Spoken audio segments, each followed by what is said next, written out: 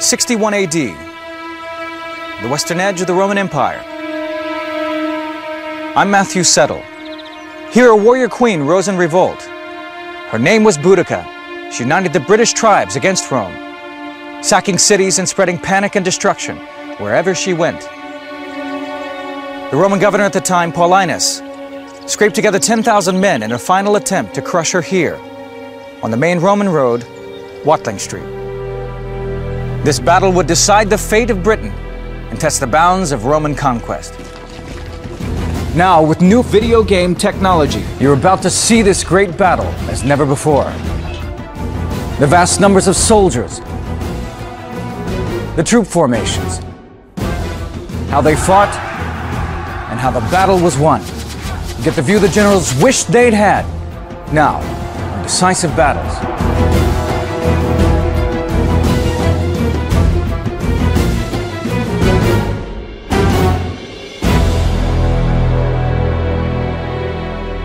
Britain was a prosperous Roman province in the 1st century AD. It was rich in mineral deposits and natural resources. But Britain did not give over easily to Roman rule.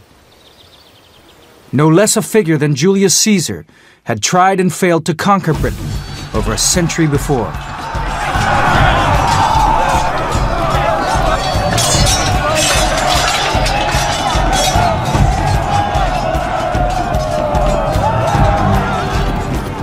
Rome successfully invaded Britain in 43 AD. But it took several more years to pacify the various tribes that populated the region.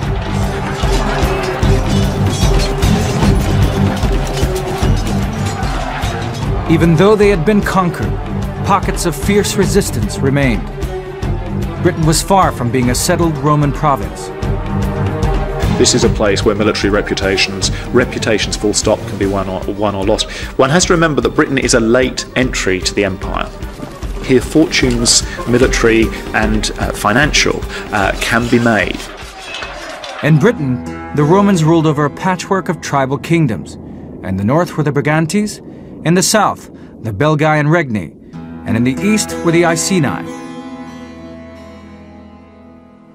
These British tribes lived in villages just like this one, reconstructed in southern England. Boudicca was the widow of Prasutagus, a chief of the Iceni. He saw that security depended on a peaceful relationship with the Romans. Since Prasutagus didn't have a son when he died, he left his lands to be jointly controlled by his wife Boudicca and the Roman Emperor Nero. And so we have a situation where Prasutagus actually makes the Emperor Nero his heir, or part heir. And the idea, I think, behind what Prasutagus is doing is to ensure a favourable, friendly relationship between Rome and the Iceni. But Rome wasn't deterred.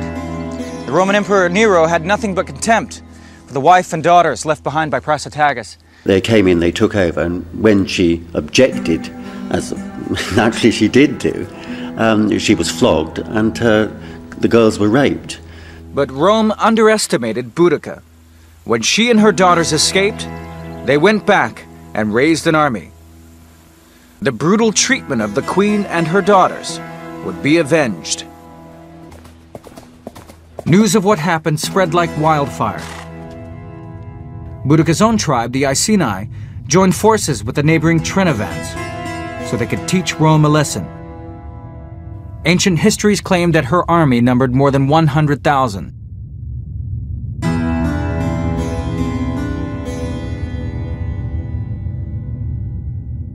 And like most Iceni women, she was not afraid of a fight. I suppose today she has special significance because she was, after all, a woman. Celtic society were rather big on women. Roman society was not like that at all. Roman writers make a lot of the fact that this rebellion is led by a woman. The Romans emphasise this very strongly in their accounts, and they regard Boudicca as this very, very strange, sinister figure. Something rather unnatural, really. The Iceni fought with a variety of weapons: spears, swords, and axes. Many smeared woad, a primitive blue dye, over their faces, and sometimes their entire bodies. We know that the Celtic warriors traditionally fought without clothes on at all. I don't think that was necessarily true at this period. I expect they will have had trousers, and you also know they had great big moustaches. And one Roman writer, a man called Diodorus Siculus, says that when the Celtic warriors drank their soup, these moustaches acted as a sort of filter. Boudicca now had an army of almost 30,000 men and women.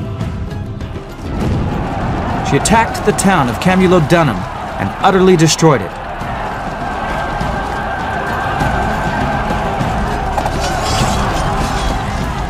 We are given details of the deaths of those people who were put to the sword and tortured by the rebels. The Roman historians talk about them being tortured, impaled on sharpened stakes, all sorts of really horrible details. The Romans were taken completely by surprise. They hastily threw together a small army, but this force, not even properly armed, was soon swept aside. We're dealing with southern England, we're dealing with, if you like, the soft underbelly of the emergent Roman territory. It's an area which has less troops in at this particular moment in time. Rome had a full-scale war on its hands. The 9th Legion, of around 4,000 men, led by Cerealis, was sent against the rebels. This was a crack fighting force.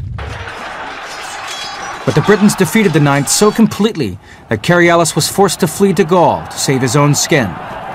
Cerealis was rash, he advanced without scouts, he was caught with his pants down. The governor of Britain, Suetonius Paulinus, realized he had a real problem on his hands. He had been warring on the island of Anglesey. Now, he had to march the 14th Legion back 200 miles from the west coast to deal with this rebellion in his front yard. In an ideal world, he'd wait, he'd get more troops together before confronting her. So there's a little bit of manoeuvring that has to go on. First, troops need to be called in, he needs to get to somewhere where he can operate against Boudicca. Paulinus hurried to Londinium, present-day London. But he had too few men at his disposal. He did not want to end up like Cerealis and rush into battle only to be defeated. He needed time to build up an army. He decided to do the unthinkable and abandon London. The people of London begged him for help, but Paulinus ignored their pleas and left them to the mercy of the Britons. He needed time to raise up an army and devise a battle plan. His 14th Legion were all experienced veterans, but even counting their auxiliaries, they numbered only 6,000 men.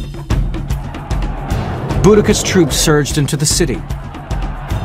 They slaughtered Roman civilians and Britons alike, and after a day-long rampage, sacked the city.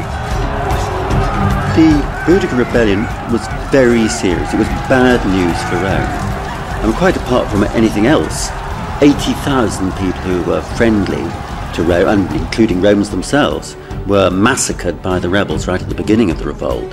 So it was really bad news, and there was even a possibility that the Romans might have been thrown out of Britain, and that would have been a disaster for Roman prestige.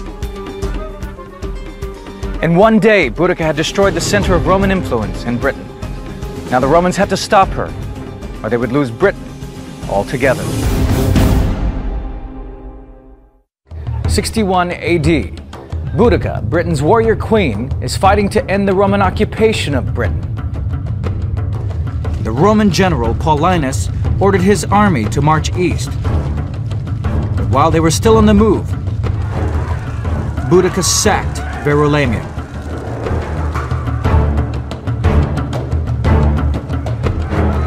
The warrior queen seemed unstoppable. Now she turned north along the main Roman road, Watling Street.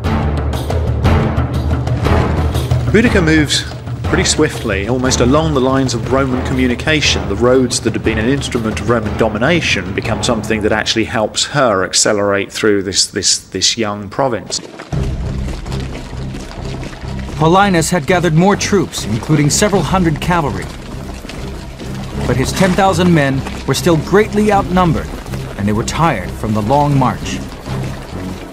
Paulinus expected the 2nd Legion to come to his aid, but the general in charge, Paulinus, thought this was a suicide mission and refused.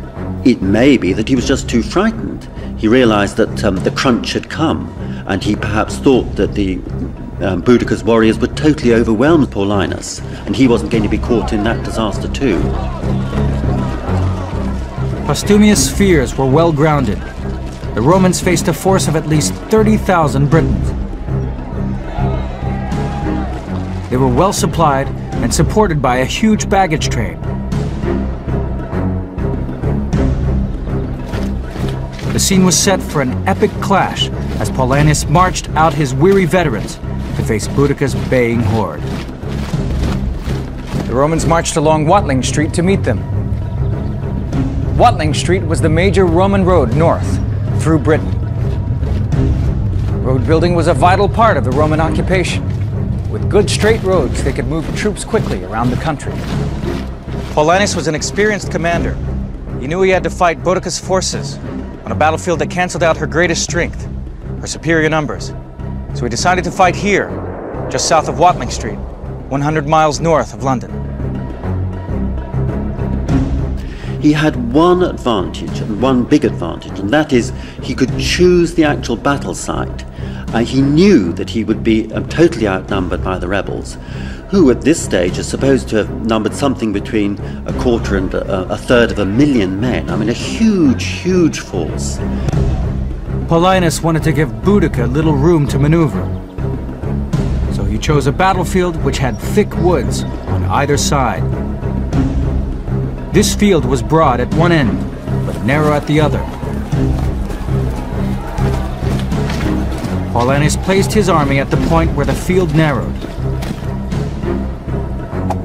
Boudicca lined up her troops directly opposite, where the land broadened out. The ground also curved up where it met the woods. This protected the Roman army's flanks. To Boudicca and her British warriors, it must have looked like easy pickings. Here were the Romans outnumbered at least 3 to 1, deliberately drawing themselves up in a place that offered no retreat. The Britons could simply press in and hack away till the last legionary fell. The Romans, after all, seem to be on the back foot. They've been hit badly. 3 towns have been pulverized. The 9th Legion mauled in an ambush. Boudicca's forces were so confident of victory, they brought along their women and children to watch the action from a huge wagon crescent drawn up behind the battlefield. They were on the up. They had been tremendously successful. This was like, you know, a tremendous event which everybody was supporting. The whole family was there, and to cheer on the victors as they saw it. The Roman historian Tacitus, writing less than 50 years afterwards, put speeches in the mouths of both commanders, hatred seething from their lips. He writes that before the battle, Paulinus told his men, "Despise the savage uproar that yells and shouts of undisciplined barbarians. In that mixed multitude, the women outnumber the men." Meanwhile, across the battlefield, Boudicca rallied her forces. From the pride and arrogance of the Romans, nothing is sacred. All are subject to violation. The old endure the scourge, and the virgins are deflowered. This would be the decisive battle of the campaign. Either Rome would win, or Boudicca would get her revenge and take back Britain. The Britons made the first move, and with an almighty roar, the horde took up their weapons and charged at the Romans. The very first battle of Britain had begun. This time, the Romans knew what they were facing. They would not crack under the British assault, as the men of the 9th Legion had done. Now they would do what they did best: hold their nerve, be disciplined, and follow their drill to the letter. When the British came within 40 yards, the legionaries flung a volley of pila into the front ranks. These light spears were specifically designed to disrupt a charge of cavalry or infantry. The heavy metal heads lodged in the shields and weighed down the front ranks. The aim was to kill the enemy or trip them up. Since many of the Britons were lightly armed or even naked, this organized volley was devastating. Unluckily for them, Roman legionaries always carried 2 pila. Another organized volley turned the howling charge into a screaming slaughter. But still the Britons surged forward. Till now they had beaten every army the Romans had sent against them and destroyed their greatest city. They were determined to win this final battle. 61 AD. Boudicca, queen of the Iceni, is fighting to end the Roman occupation of Britain. The Britons sent in wave after wave of warriors. Boudicca watched the battle from her chariot. She could see this was a very different Roman force from the 9th Legion that she had smashed earlier in the year. It's an army that's used to fighting, very experienced, and under a very capable commander. These Romans had picked a good spot for battle. They were standing their ground. Her favorite technique of intimidating the enemy was not working against this veteran army. Her army was much larger, but it was being funneled into the narrow end of the battlefield. She could not outflank the Romans. All of the evidence appears to be that she was an extremely capable woman, a fighter, and she would have been in the battle and probably would have been in the thick of things. The discipline of the legions stopped the British charge in its tracks. Now Paulinus ordered the Roman troops forward.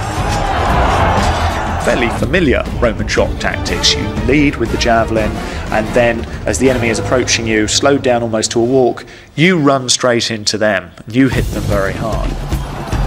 At the same time, the Roman cavalry plowed into the disorganized horde. There was chaos in the ranks.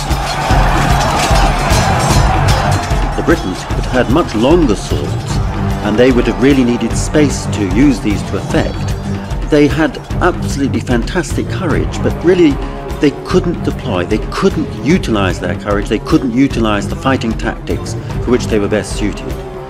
Everything was on the side of the Romans. In the press of battle, with no proper leadership to drive them on, many Britons decided to cut and run, and live to fight another day. But now their earlier arrogance was working against them. Their huge baggage train blocked the way. The Britons had cut off their line of retreat with their own wagons. Now the wives and children of Britons, so confident of victory, found themselves in the middle of a massacre. Their menfolk ran from the battle toward them, only to find the spaces between the wagons had become choke points. There was no escape. They had abandoned what little battle order they had, and now they were being hacked down.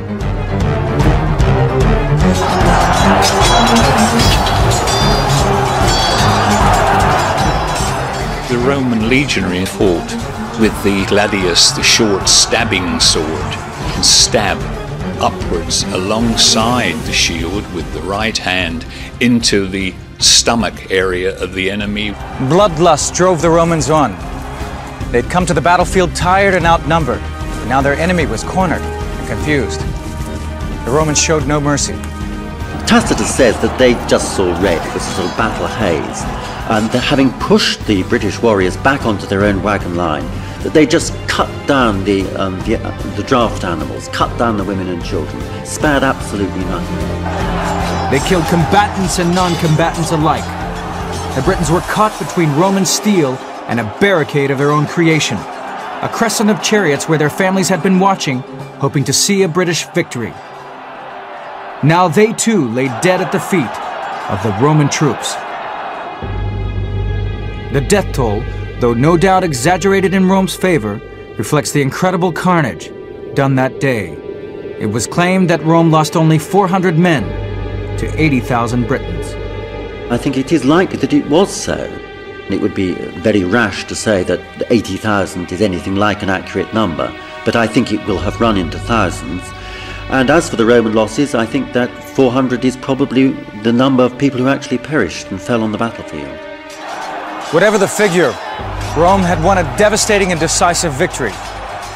When Postumius, who had been afraid to help Paulinus, got word of the Roman victory, he was so overcome with shame that he committed suicide.